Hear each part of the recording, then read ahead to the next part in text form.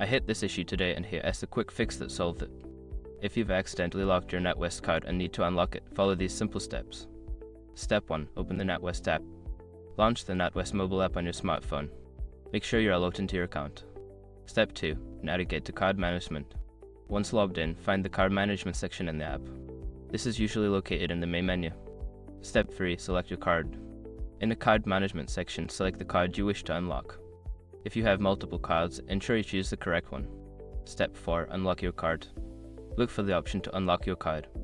This may be labeled as Unlock Card or something similar. Tap on it to proceed.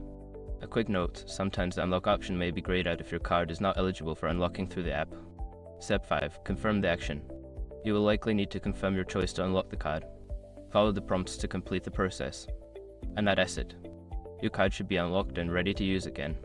If you encounter any issues, don't hesitate to reach out to NatWest customer support for assistance. Happy banking!